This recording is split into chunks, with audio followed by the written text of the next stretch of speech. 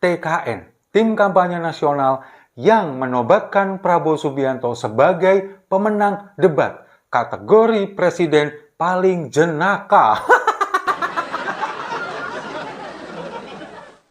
Terus fungsinya buat apa? Ini masih masalah seputar debat Pilpres Perdana kemarin yang nggak akan ada habisnya untuk kita bahas setiap hari.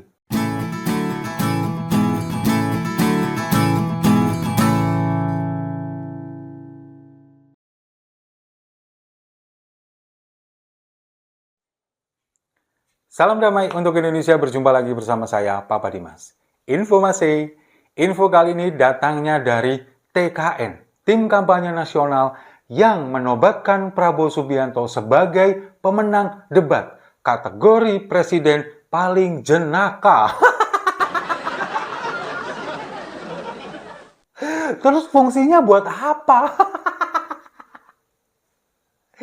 Ini masih masalah seputar debat Pilpres Perdana kemarin yang nggak akan ada habisnya untuk kita bahas setiap hari. Pasca debat, Tim Kampanye Nasional yang diwakili oleh Nusron Wahid yang kemarin baru dipecat dari pengurus PBNU menyampaikan bahwa Prabowo Subianto ini adalah pemenang debat kategori penataan bahasa dan kejenakaan. Nah, apalagi coba ini? Sekarang begini loh. Kalau misalkan pun ini iya, dia adalah pemenang debat versi bahasa dan versi kejenakaan. Lalu fungsinya buat apa? Fungsinya untuk negara ini apa? Itu kalau iya, padahal kan enggak. Kalau masalah penataan bahasa, dia kalah jauh dengan Anies Baswedan, apalagi dengan Pak Ganjar. Anies yang seorang mantan rektor, yang seorang dosen, kita juga mengetahui selama bertahun-tahun bagaimana Anies Baswedan memimpin DKI Jakarta dengan kata-kata. Nggak akan sebanding dengan apa yang disampaikan oleh Prabowo. Kalau kita melihat Prabowo di tahun 2014, di tahun 2019 saja, ketika Pilpres dulu dikalahkan 2 kali oleh Pak Jokowi, dia penataan katanya juga seperti itu.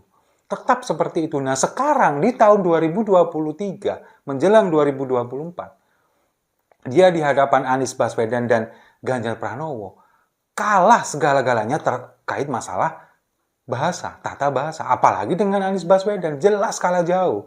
Nah ini bagaimana Tim Kampanye Nasional ini bisa menilai Prabowo ini memenangkan kategori bahasa. Padahal dia itu di sana kan ngamuk-ngamuk. Berulang kali, Mas Anies, berulang kali. Kemudian dengan nada yang sangat tinggi.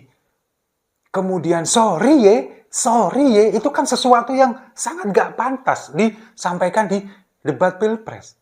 Apa itu yang kemudian membuat kategori dia menjadi pemenang kategori penataan bahasa? Mungkin kalau bagi saya, kenapa kok disampaikan bahwa dia ini adalah orang yang memenangkan kategori bahasa? Mungkin karena Prabowo Subianto sama sekali tidak menyerang isu-isu yang sangat sensitif kepada lawannya. Misalkan tidak menyinggung isu wadas kepada Ganjar Pranowo. Mungkin. Lalu kemudian tidak menyenggol isu politik identitas kepada Anies Baswedan. Mungkin. Karena apa? Karena kalau isu itu disenggol dua-duanya dari Anies maupun Ganjar, pasti baliknya akan ke dia juga, ke Prabowo juga. Makanya dia nggak berani menyenggol itu. Lalu apakah kemudian itu bisa dibilang bahwa dia adalah pemenang dalam kategori penguasaan bahasa? Enggak, kalau menurut saya. Nah, lalu yang kedua, kategori kejenakaan. Ini apa maksudnya coba? Kalau memang dia ini ketika di sana dibilang jenaka, dengan salah satu contohnya ketika Anies berbicara kemudian dia seperti itu. Apakah itu kemudian dia dibilang jenaka? Itu menghina kalau menurut saya. Lalu kemudian dengan goyang-goyang gemoy yang meskipun nggak sempat seperti biasanya, karena mungkin karena saking paniknya, stres sampai berkeringat panas dingin, dia nggak sempat goyang-goyang. Apakah itu yang kemudian dibilang jenaka? Atau mungkin dibilang marah-marahnya ini sesuatu yang lucu, sesuatu yang jenaka. Kalau marah-marahnya itu kemudian dibilang sesuatu yang lucu dan jenaka, kalah sama Regen. Iya kan? Sekarang ini yang Kalau marah-marah Pak lucu, paling lucu itu adalah Regen, belum ada yang ngalahin. Apa iya Prabowo kemudian mau ngalahin Regen? Kalau dulu, zaman waktu Indonesia Bercanda sama Cak Lontong, itu ada Bedu yang suka marah-marah, tapi lucu. Lalu sekarang ada Regen yang kemudian juga suka marah-marah tapi lucu.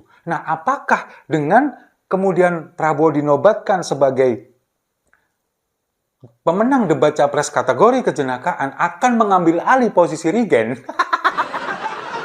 Kalau memang seperti itu, ngapain nyapres? Mending ikut stand up komedi dong. Lagi pula, ini apa yang ditampilkan oleh Prabowo kemarin itu adalah jauh dari kesan lucu. Dan juga apalagi dibilang tegas, tidak sama sekali. Galak iya, emosional iya, tapi bukan tegas. Orang tegas itu tidak harus dengan marah-marah, tidak harus dengan sesuatu yang ditampilkan galak dan garang. Bukan. Ketegasan itu lebih kepada sikap, lebih kepada bagaimana cara dia berbicara, bagaimana cara dia mengambil keputusan. Bukan dengan ekspresi emosional yang dilakukan oleh Prabowo Subianto. Bukan. Ini kan juga banyak yang kemudian, bukan hanya Nusron Wahid yang mengatakan bahwa Prabowo ini memenangkan kategori kejenakaan. Tim kampanye daerah, Ridwan Kamil, ini juga mengatakan bahwa Prabowo ini kemudian mengambil unsur kejenakaan itu untuk mencairkan suasana. Bilang aja nggak punya gagasan. Karena kemudian dia tidak bisa menjawab, kemudian dia stres dengan dirinya sendiri, kemudian dia panik dengan pertanyaan dari lawannya, pada akhirnya dia marah-marah. Kemudian terlihat jenaka di sana memang, sangat terlihat jenaka. Tapi tetap nggak bisa ngalahin Regen. Lalu apakah ini kemudian yang akan dijadikan sebagai pemimpin kita?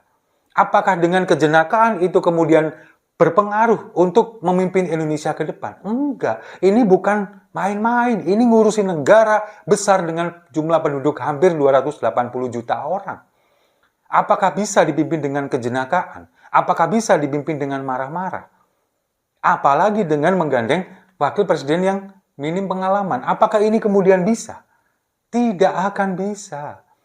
Kalau misalkan pun kita mengiyakan, iya oke, dia jenaka. Lalu fungsinya, pengaruhnya untuk Indonesia apa? Nggak ada. Di sana justru terlihat bahwa Prabowo Subianto memang sangat miskin gagasan. Lalu kemudian dia hanya bisa mengcounter jawaban pertanyaan dari lawannya ini dengan nada tinggi, dengan nada emosi, dengan marah-marah, yang pada akhirnya akan membuat penilaian publik semakin menurun kepada pasangan nomor 2 ini. Apalagi kalau kita melihat bagaimana Anies Baswedan dengan kelihayannya selalu memancing emosi dari Prabowo Subianto, tapi dia sendiri tidak terpancing, kemudian dia lebih banyak senyum-senyum, cengengesan, padahal di balik itu semua dia ingin memancing amarah atau emosi dari Prabowo Subianto. Harusnya yang dinobatkan sebagai yang tutur kebahasaan itu adalah Anies, bukan Prabowo. Harusnya dong. Iya kan? Kita melihat kemarin debat, bagaimana Anies Baswedan sukses memancing emosi, memancing amarah dari Prabowo Subianto dengan mengungkit-ungkit beban dia di masa lalu. Lalu kemudian Prabowo juga mengungkit itu semua ke Anies Baswedan. Disitulah kesuksesan seorang Anies pada waktu itu. Prabowo terlihat aslinya, topengnya terbuka. Belum lagi ketika Pak Ganjar kemudian menanyakan masalah penegakan hak asasi manusia. Lagi-lagi dia marah, katanya terlalu tendensius lah, kemudian menyerang dia. Nah, itu kan terlihat di sana bahwa tidak ada unsur kejenakaan sama sekali di situ. Justru dia marah-marah, kemudian dia terlihat sangat emosional dan tidak bisa menguasai dirinya sendiri, apalagi menguasai panggung. Nah, sekarang pertanyaannya, apakah kemudian konsultannya atau tim kampanyenya tidak pernah ada yang berani untuk mengoreksi gaya debat Prabowo ini? Kalau bagi saya sih mungkin nggak ada. Makanya mereka memuji-muji supaya dibilang Prabowo ini jenaka. Kalau berani mengoreksi, bisa-bisa dicekek. Mungkin ini adalah salah satu koreksi dari tim kampanye nasional. Mungkin, tapi dengan cara satir. Mengatakan bahwa ini kejenakaan. Tapi padahal dalam hatinya sendiri mereka, seperti Nusron Wahid, seperti Ridwan Kamil, saya yakin mereka, waduh kok capres kita gini ya. Terlihat di beberapa kali kesempatan tersorot oleh kamera di belakang Gibran. Tim kampanyenya, tim suksesnya, mereka terlihat stres, terlihat tegang, dan keluar keringat dingin. Dan kalau kita melihat beberapa cuplikan video, Gus Miftah juga seperti, aduh, kok capres gua begini ya? Sepertinya begitu. Makanya ini mungkin tidak ada yang berani untuk mengoreksi gaya bicara Prabowo, gaya debat Prabowo, tidak ada yang berani mengoreksi. Pada akhirnya menobatkan dia sebagai yang ahli tata bahasa dan orang yang jenaka. Terus aja seperti itu sampai debat nanti kelima berakhir. Dan yang seperti ini apakah akan kita pilih menjadi seorang pemimpin? Kan pada akhirnya kita akan kembali kepada kesimpulan bahwa pemilu adalah proses untuk memilih. Bukan memilih orang yang terbaik. Tapi pemilu adalah proses untuk mencegah orang yang buruk dan jahat untuk berkuasa. Setuju ya? Kalau setuju mari kita minum kopinya sama-sama untuk capres yang jenaka. Saya rasa itu. Terima kasih sudah menyimak. Jangan lupa like, komen, dan subscribe. Sampai jumpa di video-video saya selanjutnya. 2024 pilih presiden, bukan pilih badut.